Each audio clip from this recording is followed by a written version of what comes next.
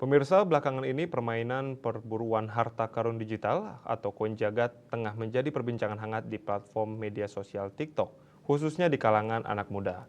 Permainan yang dilakukan di lokasi terbuka seperti taman kota, alun-alun, hingga tempat umum lainnya, menawarkan pengalaman interaktif sekaligus kesempatan untuk meraih hadiah berupa uang tunai.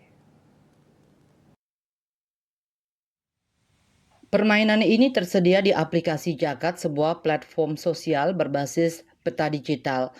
Pengguna cukup membuka aplikasi untuk melacak lokasi koin virtual yang tersebar di berbagai titik di dunia nyata. Setelah tiba di lokasi yang ditentukan, pengguna dapat mengklik ikon harta karun di layar untuk mengklaim koin atau hadiah lainnya.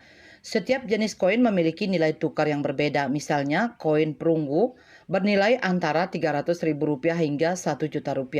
Koin perak diperkirakan memiliki nilai lebih tinggi dan koin emas menjadi incaran utama karena menawarkan hadiah terbesar.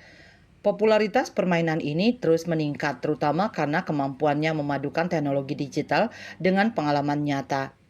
Banyak pengguna mengunggah pengalaman mereka berburu koin di TikTok yang semakin menarik perhatian masyarakat luas. Namun di balik keseruannya, permainan ini menuai kritik terkait dampaknya terhadap fasilitas umum. Beberapa laporan menyebutkan adanya kerusakan taman dan infrastruktur publik akibat aktivitas berburu koin yang tidak bertanggung jawab. Kerumunan pemain di lokasi tertentu juga dikhawatirkan mengganggu kenyamanan masyarakat sekitar.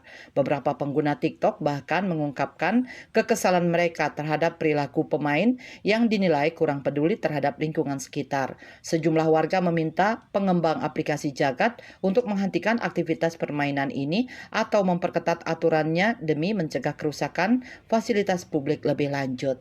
Hendra, Bali TV.